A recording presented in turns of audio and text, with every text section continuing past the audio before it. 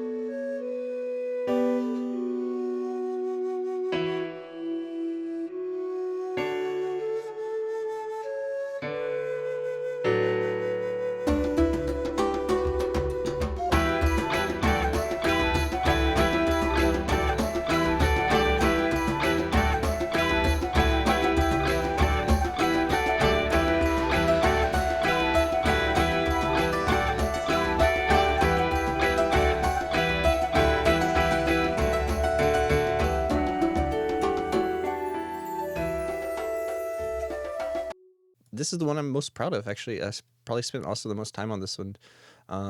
But I was inspired by a video game, or Chrono Cross. So I was inspired by that to kind of make this kind of video game-esque sound. And compositionally wise, I think this is my strongest one. But production wise and mixing and just overall sound, it sounds pretty amateurish. And it's pretty thin compared to the reference song that I used. Yeah, so there's that song. Let's move on to the next song.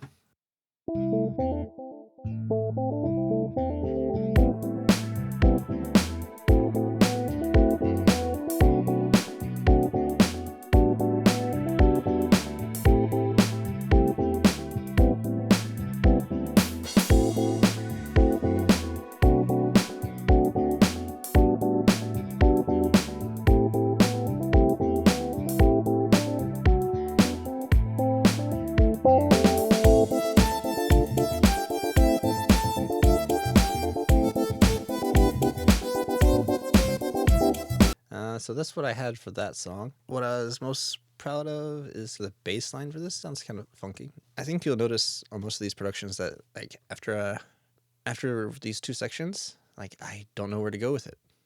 And it's probably because I just haven't spent enough time experimenting, and my sound choices are kind of amateurish, especially that lead. I don't think that wasn't the right sound. I think I was trying to find something else. What would you guys rate that one?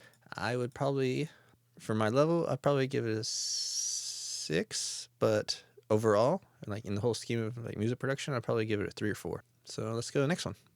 And this one is, I mainly actually starting about 2 months ago, started really getting back into learning guitar. And this is what I kind of, all right, let's listen.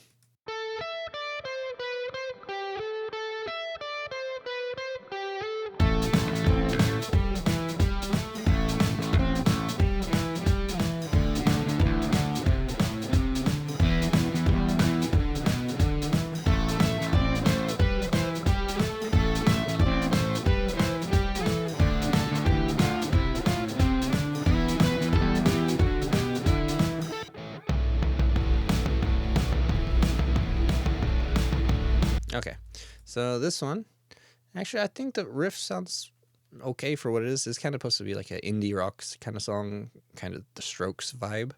I think I got what I was going for, but also again, kind of stuck with this. But again, kind of just stuck with the same thing. This next section doesn't really flow very well into it, and I'm just stuck with this. Like, how many bars is this? 24, something like that. I'm only stuck with this, and I don't know where to go from there. So that's something I hope to improve with this series. So let's see what else I have. Did I really do this? I don't remember doing this. All right, but this one seems well organized. It's pretty long. When did I do this? All right, let's take a listen.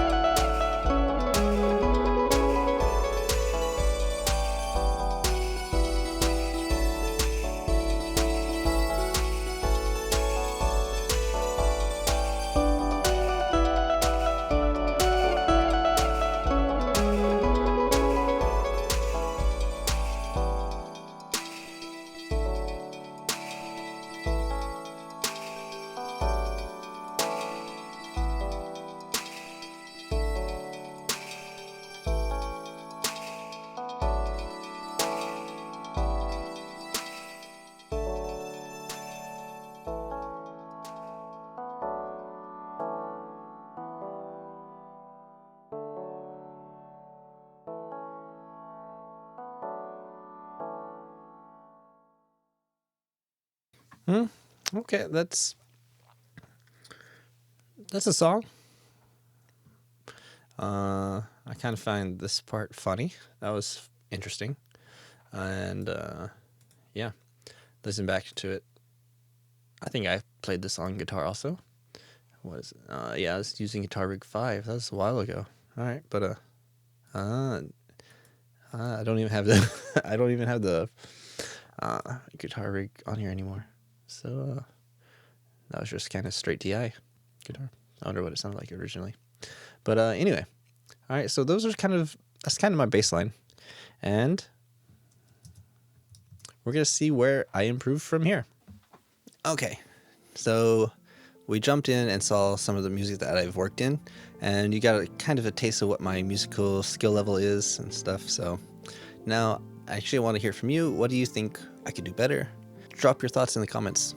So now it's time for me to get started on song number 1.